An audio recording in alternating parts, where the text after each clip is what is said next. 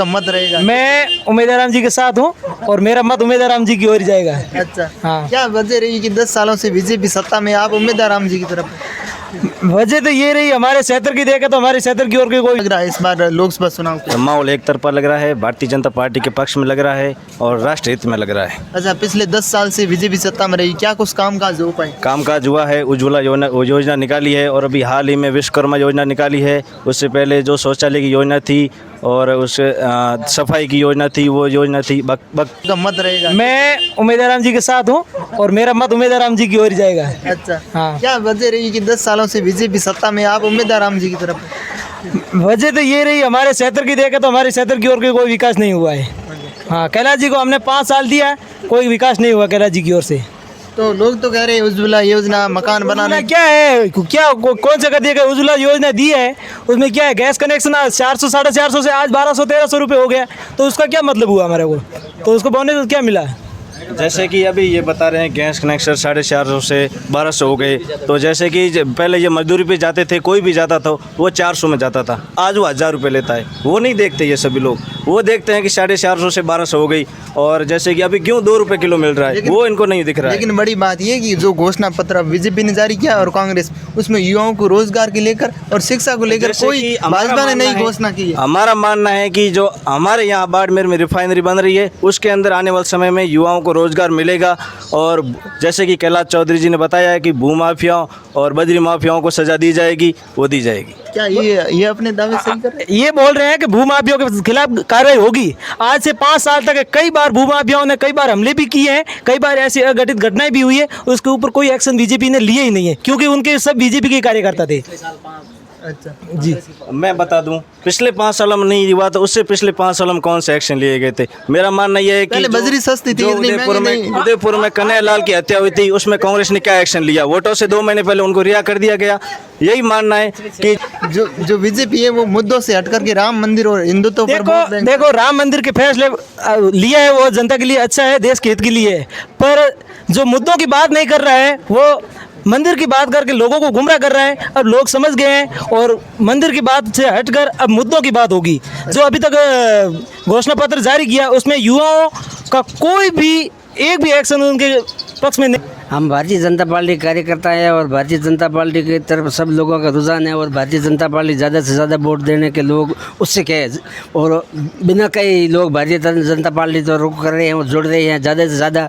और मोदी जी की तरफ, मोदी जी की सरकार है, डबल इंजन की सरकार है। इस सरकार के लिए सब लोगों को उत्साह आता है कि ये सरकार हमारे विकास करेगी आगे से आगे। और देश विदेश से और बाहर के विदेश के राष्ट्रीय अध्यक्ष आते हैं, वो मोदी जी के लड़ के पाँव छू रहे हैं। और आज तक ऐसा कोई नेता नहीं हुआ जब भारत के अंदर जिसने विदेश अध्यक्ष ने अपने अध्यक्ष देश का पाँव छुआ हो।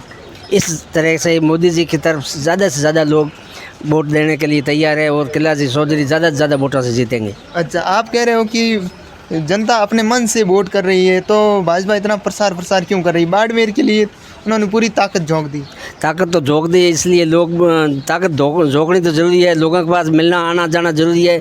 ऐसे नहीं मिले तो उनको पार्टी को क्या पता चलेगा लोग किस तरफ जा रहे हैं। जहाँ जा रहे हैं लोगों से मिल रहे हैं लोग अपनी हिंसा से और ज़्यादा से ज़्यादा लोग बढ़ रहे हैं, आ रहे हैं, अपने भारतीय जनता पार्टी में शामिल हो रहे हैं। बाहर के बड़े बड़े लीडर आ रहे हैं, नेता आ रहे हैं।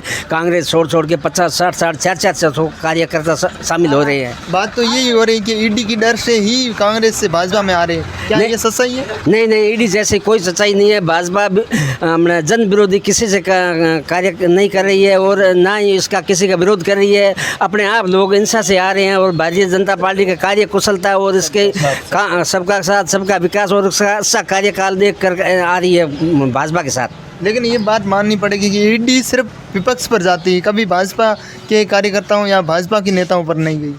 ईडी हमेशा उसकी तरफ जाती है जो अपने काले धन को छुपाने की कोशिश करते हैं और जो गलत कार्य करते हैं और हमने गलत लोगों के संदेश देती है और उनके साथ ईडी जाती है। वैसे किसी नेता के या पार्टी के साथ ऐसा कुछ नहीं है ईडी के पास। अच्छा, नरेंद्र मोदी ने एक वादा किया था 2014 में, विदेशों में काला धन वापस लेके आएंगे या प्रत्येक व्यक्ति को 15 लाख रुपए देंगे। तो ये क्या धरातल पर उतर पाए या ये पूरा वादा कर पाए नरेंद्र मोदी? ये जो काम चल रहा है इस पर कुछ धन तो आया है, कुछ लोगों से लिया ही है, कुछ उसमें और भी काम चल रहा है और ये लोगों का सपना जरूर साकार होगा। मोदी जी इस बार जब प्रधानमंत्री बनेंगे तीसरी बार तो इस काम को 100% पूरा करेंगे।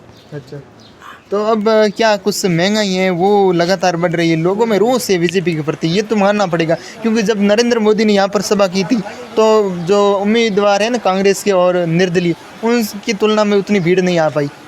नहीं ऐसी कोई बात नहीं। नरेंद्र मोदी ने जब यहाँ सभा की थी स्थानीय नेता का हमने कैलाश चौधरी के, तो हमने रविंद्र जी से भी ज़्यादा भीड़ उमड़ी थी और लोग माए नहीं सड़कों पे और लोगों का बिल्कुल 3 गुना ज़्यादा भीड़ थी। और इनसे इतना ही कहना पड़ेगा, इतना आज दिन तक भीड़ नहीं हुई जितनी कि नरेंद्र मोदी जी के यहाँ कैलाश जी की सभा की उतनी भीड़ हुई।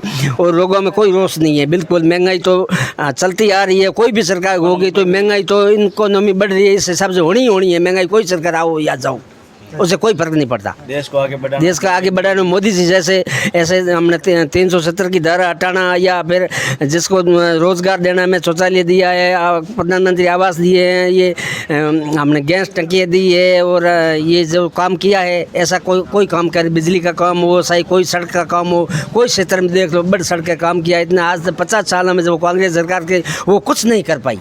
जैसे कि अभी क्या कुछ चुनौती मानते हैं? सामने रविंद्र सिंह भाटी उम्मीदवार राम बेनीवाल है, उनका भी क्रेज शानदार है, ऐसे में कैलाश चौधरी के लिए बड़ी चुनौती है। चुनौती तो थोड़ी बहुत है लेकिन ऐसी बड़ी चुनौती जैसी कोई बात नहीं। कैलाश जी आराम से जीतेंगे और लोग ज़्यादा से ज़्यादा वोट देकर कैलाश जी को भारी मता से जिताएंगे, हमारा तो यही मानना है। धन्यवाद।